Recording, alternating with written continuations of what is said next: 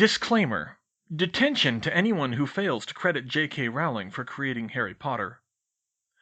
Parts of this chapter are quoted from Harry Potter and the Order of the Phoenix. History, double potions, arithmancy, and double defense, Harry said, examining his schedule. Gonna be a long day.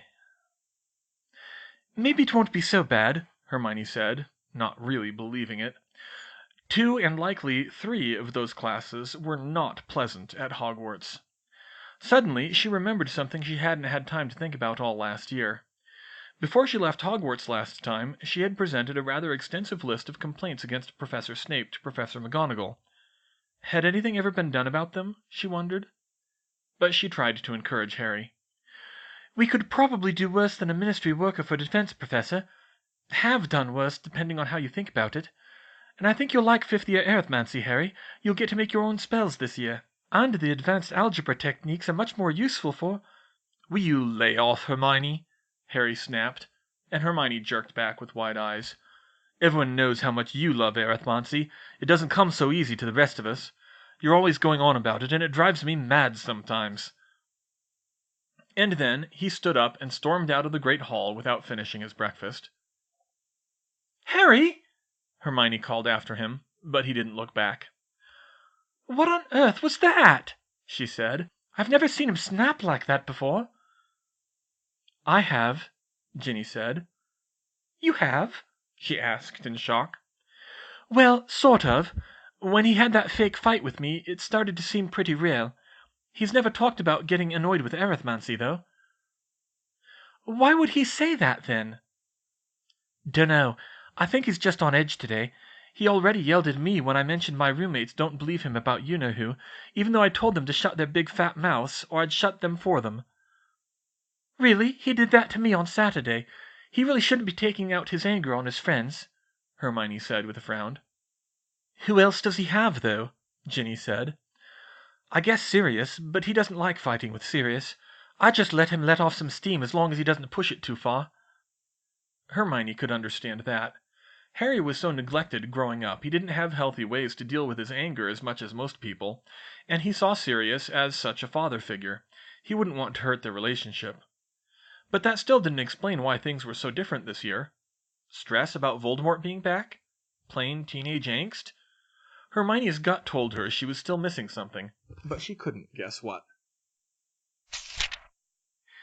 History was by far the most boring class at Hogwarts. Professor Binns was an absent-minded ghost who lectured about things that were largely irrelevant and might still have possibly been interesting if he didn't speak like he was trying to bore you to death. Given the Sorting Hat's warning and the old saw about people who didn't learn from their history, Hermione had to think that wasn't doing anyone any favors. But she'd asked in first year and found that with the tenure system at Hogwarts, it would be almost impossible to get rid of him. The double potions lesson turned out to be a disaster for most of the class, who failed miserably at brewing a usable draught of peace. Snape vanished Harry's entirely, and not without reason, Hermione thought privately. The draught of peace wasn't a very forgiving potion. Fortunately, Harry's bizarre outburst of anger at breakfast seemed to have subsided, and he didn't dig himself in deeper. So far, so good. Hermione had a free period after lunch when many of the other fifth years had either arithmancy or divination, including Harry. Interestingly, hardly anyone ever took both classes. She never had quite figured out how Percy had managed it. Harry wasn't quite sure why he had snapped at Hermione at breakfast, or Ginny before, or Hermione again over the weekend. He'd been feeling these odd flashes of anger that came upon him for seemingly no reason, and it just happened. Fortunately, he was calmer now, which was good because arithmancy wasn't particularly friendly territory. Dean Thomas was there, but no other Gryffindors. Most of the class were Ravenclaws and Slytherins. Worse, Malfoy was there, though he at least didn't have his goons with him. Harry was sure Malfoy would use what he learnt in the class to invent some nasty new curses at the first opportunity, although according to Hermione, that probably wouldn't be until 7th year. Luckily, Professor Vector ran a tight ship, and Malfoy rarely caused half as much trouble in this class as he did in potions or magical creatures. Despite being a former Slytherin, she was one of the most impartial teachers. She cared about actual talent more than anything else. Hence, she absolutely loved Hermione. "Since you will be sitting your ordinary wizarding level exam in this class next spring," Vector said at the beginning of class, "we will be stepping up the work. I will be assigning owl-level problems for homework to prepare you, and I will be grading by owl standards." A few of the class groaned. They'd already got this from their other teachers. But not that many, considering the class had so many Ravenclaws. Professor Vector went on to outline what they would be studying this year. According to Hermione, it was roughly equivalent to a Muggle Algebra 2 class, and they would also begin crafting simple charms. Apparently, it wasn't as easy as Hermione made it look. No surprise there. It took a lot of practice to be able to craft spells that weren't 15 or 20 syllables long, or that required a prohibitively complex wand movement, or had to be cast whilst facing true north, or some other weird thing like that. Hermione never really talked about how many spells she'd discarded in her work, but it had to be at least a few. There wasn't much else he didn't know about this year's class, and it seemed pretty similar to his previous 2 years of arithmancy. A lot of hard work with a long way to go to a big payoff. But at least it was a welcome break from his other classes that day. Defense class didn't go so well. Professor Umbridge had foregone her pink hairband today in favor of a black bow, which looked like a large fly perched unwisely on an even larger toad. She still talked to the class like nursery school children and expected them to answer her in unison like it was the 1950s or something. At least, that was the impression Harry got from the little television he saw growing up. Even if she hadn't tried to railroad him at his trial, he still wouldn't have liked her. Hermione was wary of Umbridge, both because of Harry's dislike for her, and because of her opening speech. Granted, the "wands away" instruction by itself was only a small red flag. The heading she wrote on the blackboard, "Defense against the Dark Arts, a Return to Basic Principles," sounded good on parchment, especially after so many years of failed teachers. However, the "theory-centered, ministry-approved" bit was more worrying. The course aims, emphasizing the legal aspects of defensive magic, weren't problematic per se, but knowing Umbridge's agenda, they were very suspicious. But the real deal-breaker was when Umbridge told the class to read Chapter 1 of the textbook for the entire period. That was too much for Hermione, even if the woman didn't have an agenda. Hermione raised her hand. Umbridge ignored her. Well, two could play at that game. Hermione kept her hand up, despite rapidly growing numb, for several minutes, pointedly ignoring the book and waiting her out. When more than half the class were watching her instead of reading, Umbridge finally conceded defeat, in the most condescending manner possible. "Did you want to ask something about the chapter, dear?" she asked. "Not about the chapter, no," said Hermione. "Well, we're reading just now," said Professor Umbridge, showing her small, pointed teeth. "If you have other queries, we can deal with them at the end of class." "I've got a query about the course syllabus," Hermione said, before the woman could go back to ignoring her. Umbridge raised her eyebrows in mock surprise, or perhaps a little actual surprise. She probably expected a more direct protest, but Hermione was already putting her Slytherin subtlety to good use. "And your name is?" Umbridge asked. "Hermione Granger, Professor." No need to be impolite just yet, although she did wonder why Umbridge hadn't bothered to call the roll, regardless of whether she knew Hermione by reputation. "Well, Miss Granger, I think the course aims are perfectly clear if you read them through carefully." Really, what did she think she was accomplishing? Even normal 16-year-olds didn't like being talked down to like that, let alone Hermione Granger. "I understand the aims you've written, ma'am," Hermione said. "I'm just concerned that they seem narrow. I would have thought that a major aim of Defense Against the Dark Arts course would be attaining practical proficiency with defensive spells." Umbridge unsettlingly smiled widely. "An understandable misconception, Miss Granger, considering that you have been exposed to some very irresponsible wizards in this class, not to mention extremely dangerous half-breeds."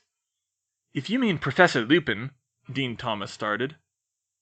Students will raise their hands before speaking, Umbridge cut him off. Your name, Mr. Dean Thomas, and Professor Lupin was the best defense teacher we ever had. As I was saying, your education has been managed in a fragmented, irresponsible, and dangerous manner, leaving you with serious misconceptions. It is the view of the Ministry that a purely theoretical instruction in defensive magic is all you will ever need to pass the examination. You mean we're not going to use magic? Ron jumped in. Ron, Hermione hissed. She was trying to stay in control of the discussion, but he didn't hear because at the same time Umbridge yelled, Your hand is not up, Mr. Weasley, he said, thrusting his hand into the air. Umbridge ignored that and continued, You will be learning about defensive spells in a secure, risk-free way. Risk-free? Harry yelled. Harry! Hand, Mr. Potter! Of course, Umbridge knew his name. By now, Harry, Ron, Hermione, and a few others all had their hands raised, but she ignored them. Umbridge clearly didn't like class discussion. It let people think too much. She finally called on Parvati and asked her name, perhaps noticing her prefect badge. Professor, if we're going to be attacked, shouldn't we have practice so we can be sure our spells will work? She asked. Are you expecting to be attacked in class, Miss Parvati? Well, no, but Hermione was seized by a sudden inspiration and called out, Maybe we are. Hand! Umbridge said, but she stopped, apparently surprised by that answer. And whatever do you mean, Miss Granger?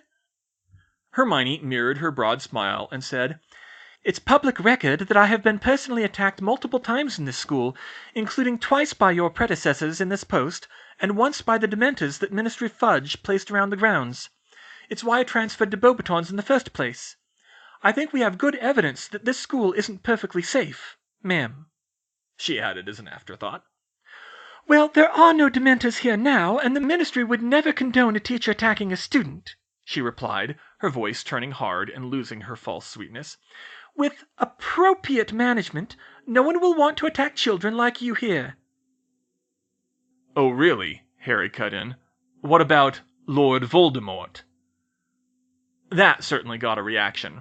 Ron flinched, Lavender screamed, Neville actually fell out of his seat. But to Hermione's surprise, Umbridge didn't flinch. If she was afraid of the name, she didn't show it, though she took 10 points from Gryffindor on the spot. Let me make one thing perfectly clear, she said coldly. You have been informed that a certain dark wizard has returned.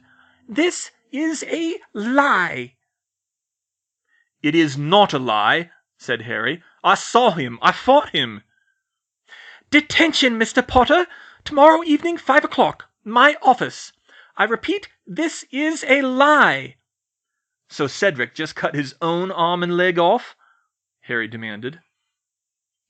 Cedric Diggory was viciously attacked by the escaped Death Eater Barty Crouch Jr., who was the original perpetrator of this little conspiracy which certain interests have exploited to their own ends, Umbridge insisted. Crouch is acting alone and is clearly deranged. In any case, he cannot enter the castle, and will soon be apprehended by Ministry licensed Aurors. As such, there is no cause for concern. Except he brought Voldemort back, and you know it. That's cause for concern. Everyone was silent for a moment. But then Umbridge's voice came back, even more girlish than usual, which seemed more foreboding than when she was cold and angry. Come here, Mr. Potter, dear. She sent Harry to Professor McGonagall with a note. Hermione had never seen that happen at Hogwarts, except once during the Chamber of Secrets debacle. Hermione later learned that Harry was given a whole week's detention, including during Quidditch tryouts on Friday. Professor McGonagall gave him 2 biscuits for calling Umbridge a liar, so it wasn't a total loss. Only 90% of one. I'm not sure that was quite accurate, Harry, Hermione told him at dinner. I think it's more likely Umbridge actually believes her own rhetoric. Do I look like I care, Hermione? To be fair, it didn't much matter whether the woman believed it or not. The effect was the same. "You shouldn't have lost your temper like that," she said. She deserved it. "Yes, she did, but she has power, and right now you don't. And after your trial she'll be looking for any way to get rid of you." So? Dumbledore would never. "She's trying to get rid of Dumbledore, too. Do you really think he'd let her ruin the class like that if he could stop her? You really need to pay more attention to the Prophet." I'm not going to waste my time with that bloody rag. "Harry, I'm trying to help you." Oi, lay off him, Hermione, Ron cut in. He's already got enough trouble with the detention. He'll be lucky if Angelina doesn't kill him for missing tryouts. Harry groaned and dropped his forehead to the table. Hermione sighed. Clearly, it would take a little more time before they realized how dangerous that woman was. "Oh, fine," she said. "But I'll have you know I had Umbridge right where I wanted her before you two interrupted." Yeah, what were you going to do? Take her down with arithmancy? No. Not a completely stupid idea, though. I was simply going to question why the standards for defense don't include practical spells when they do for charms and transfiguration. Don't do that, Ron gasped in horror. She'll just wreck those classes, too. Well, that's when I used arithmancy. Show that those two classes have some of the best owl scores. Even if she doesn't listen to that, other people will. Well, maybe. The trio returned to the common room, and Crookshanks immediately monopolized Hermione's lap. She stroked his fur as he curled up contentedly. She didn't think her ginger cat was especially impressed with all the work she'd done over the summer whilst ignoring him, so he was coming back to her with a vengeance. She let him lie there for a few minutes while they complained about Umbridge, classes in general, and Snape's homework. However, Hermione became rather distracted when George and Fred and Lee Jordan came into the common room and started handing out sweets to the first years. That was too much for her.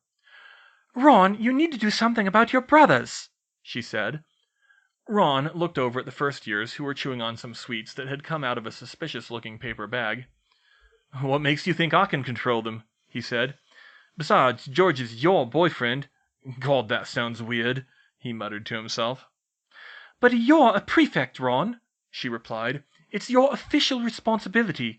Do you even know what they're giving them?"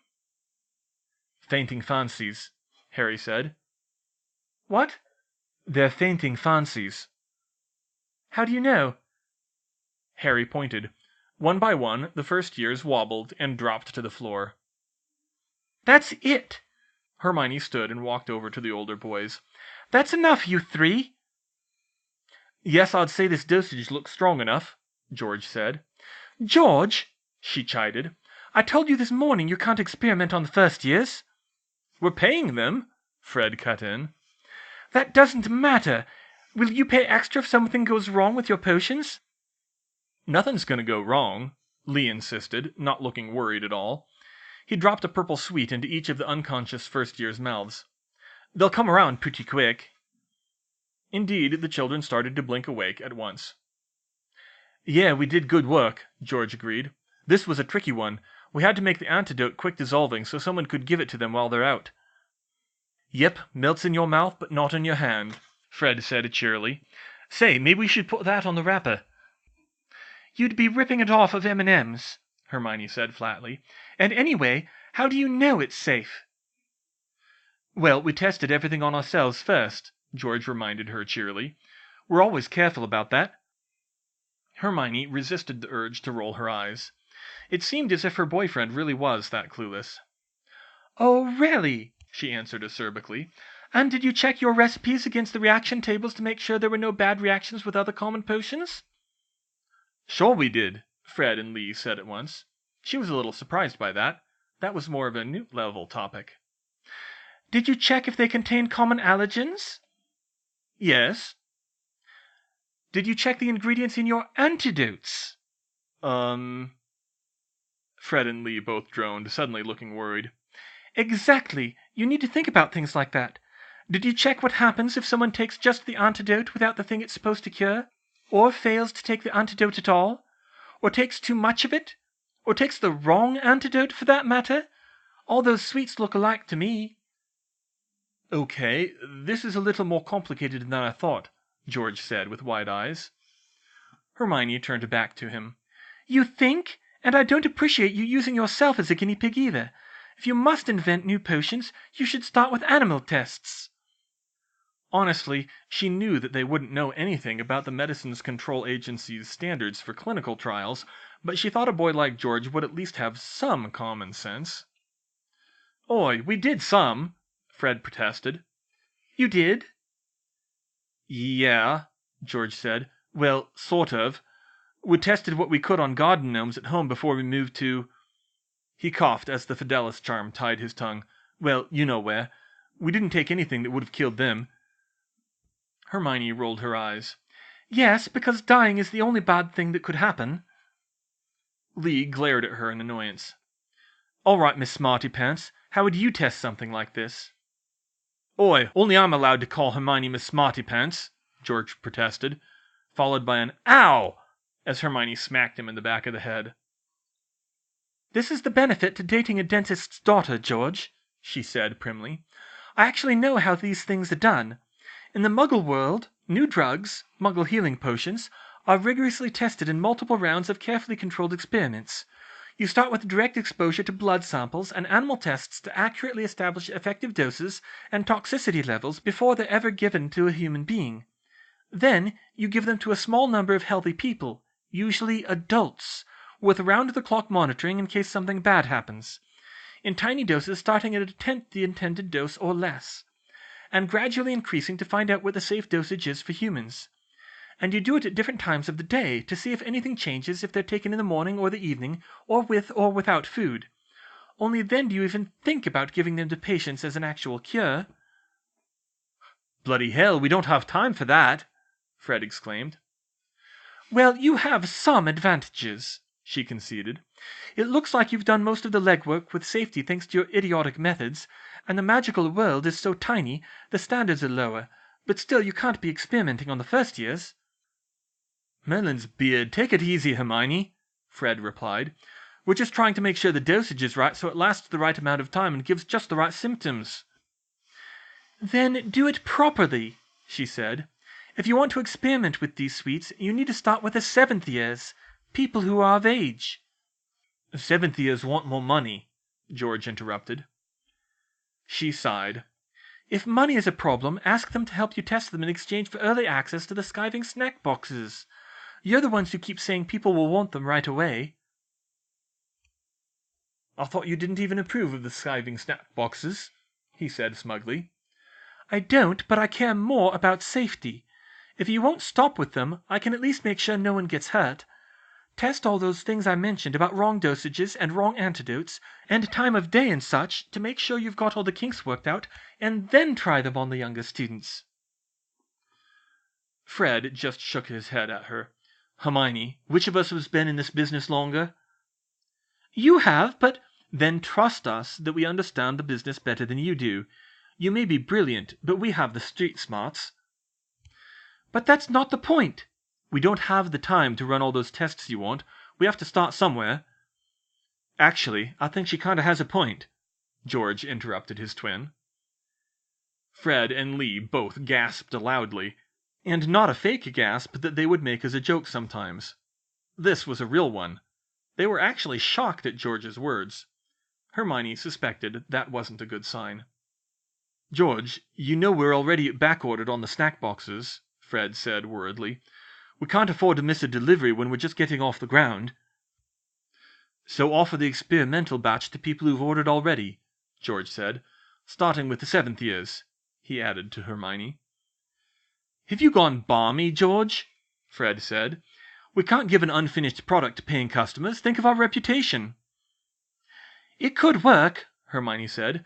Tell them it's an early batch and give them a discount in exchange for detailed notes on how it works for them. Muggles call that beta testing.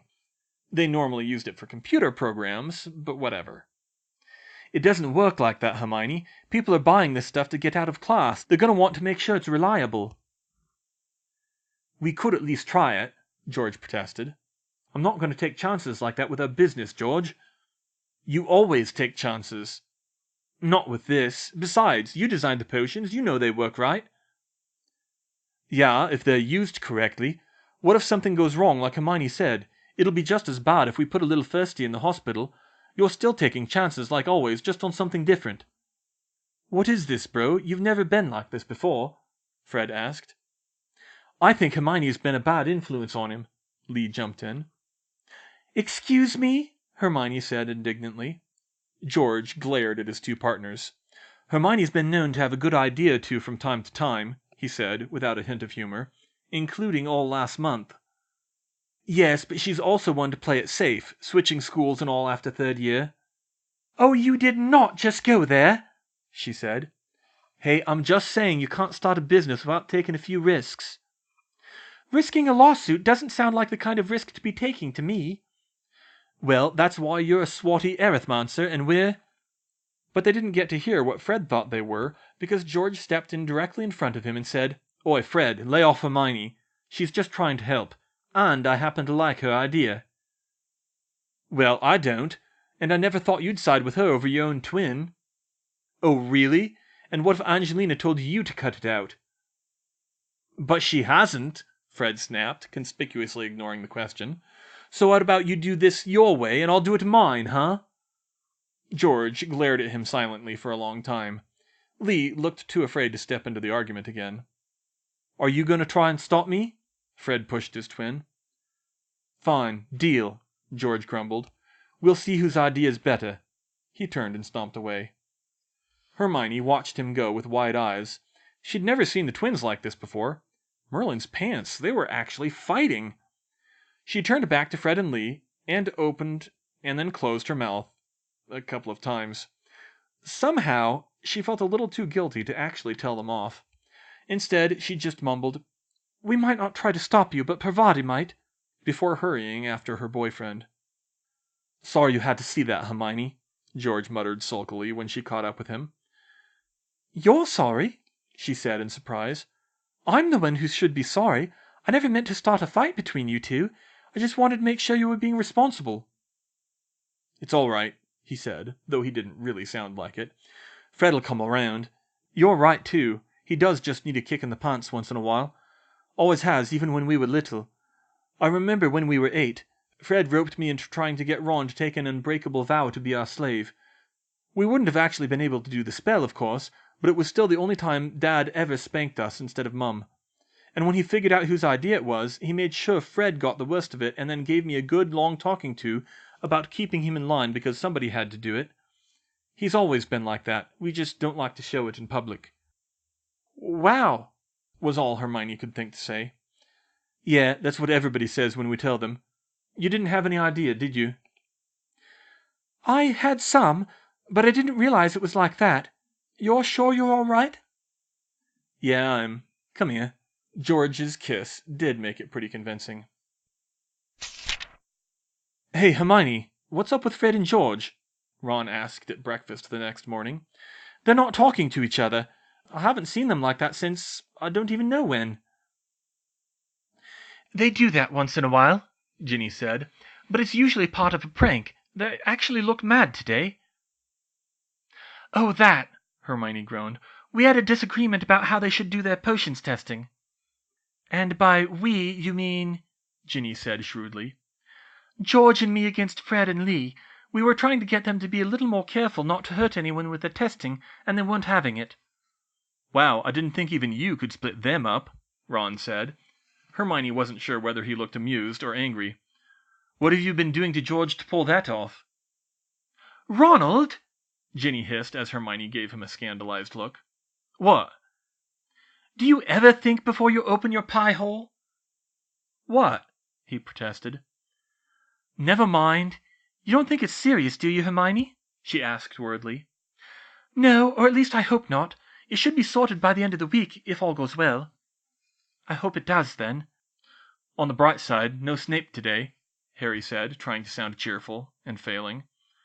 Angelina had already chewed him out over the detentions today. "Ah, speak for yourself," Ginny groaned. "Fourth year Gryffindor Slytherin at 9 o'clock." The fifth year's day wasn't too bad.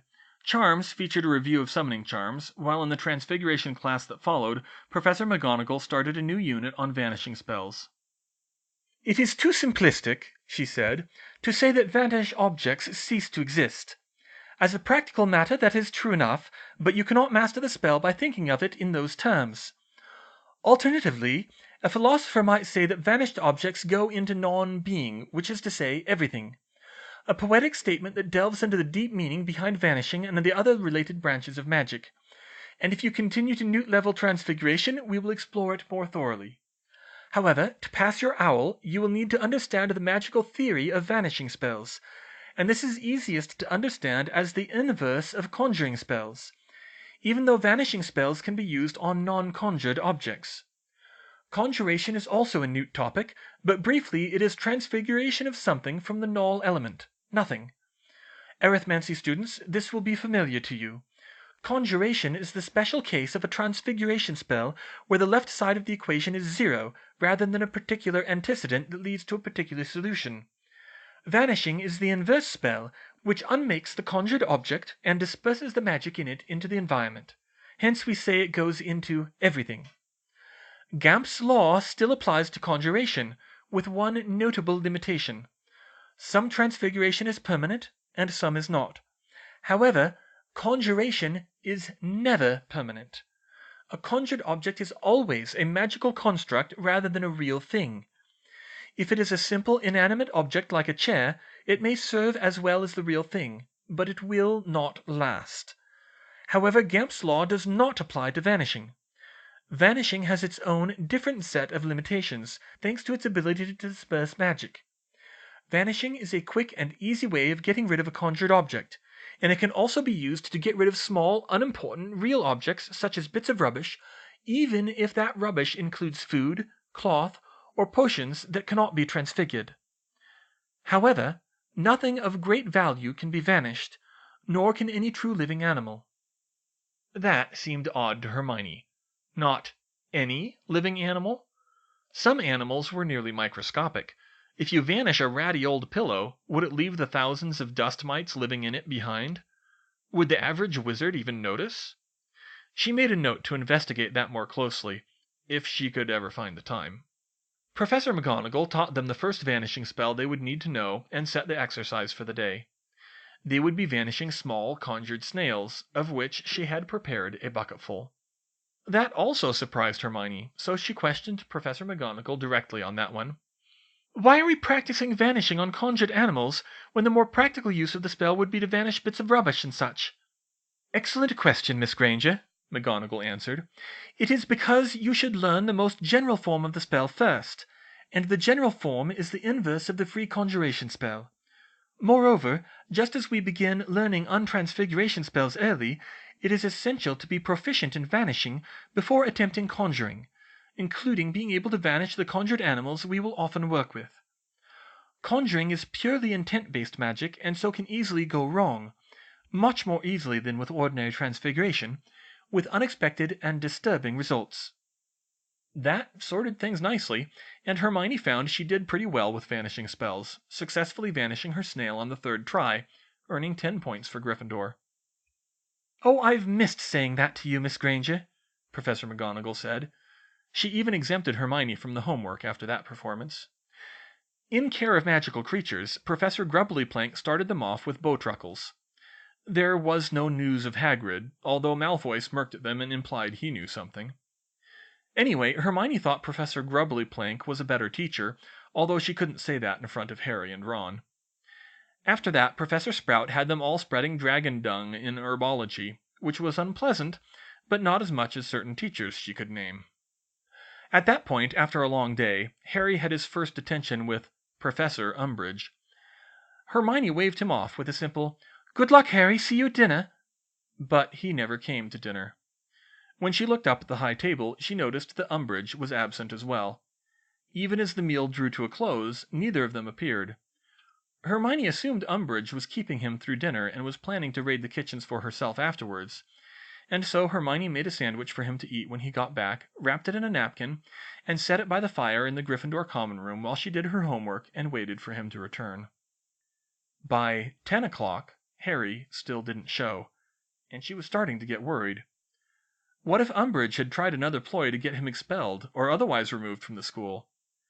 She discreetly pulled out her mathematician's map and searched for Harry. He was still there. His and Umbridge's names were still sitting motionless in the woman's office. She bit her lip with worry. What would happen if he was caught out after curfew? She had a nasty feeling Umbridge would toss him out to fend for himself with no note, even though that was probably against the rules. The last thing Harry needed was to get yet another detention from Filch. By midnight, Harry and Umbridge were still in the defense professor's office. Hermione was appalled. What was Umbridge playing at? There had to be rules against detention running this long or taking this much of a student's time. She'd have to check the student handbook the next time she was in the library. If Harry got a detention from Snape because he didn't have time to do his homework... "Hermione, aren't you coming to bed?" Parvati said wearily, interrupting her thoughts. Ron and pretty much everyone else had already gone to bed, even Crookshanks.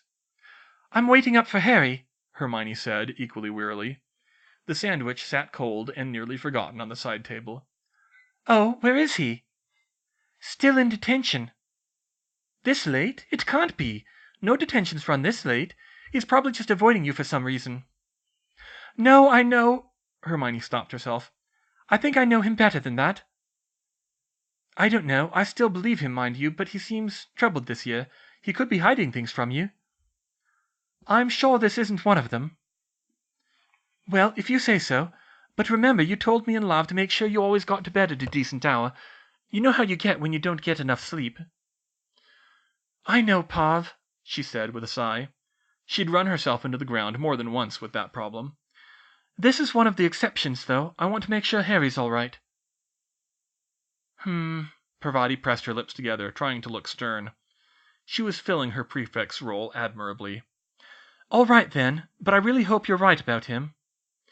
"I know I am, Pav, and thanks." When Harry finally got back to the dorm, it was 1 o'clock in the morning. The common room was long since empty, and he looked like something Crookshanks had dragged in. "Harry, finally!" Hermione exclaimed, jumping up to meet him. "Hermione?" he said in confusion. "What?" "I was worried when you didn't come to dinner, and I knew it was your detention because Umbridge didn't show up either. And then it just went on, and I wanted to make sure you're okay." "Oh, I'm fine," he said flatly. Hermione wasn't convinced, but she let it go for now. "What did she have you doing all night?" "Lines."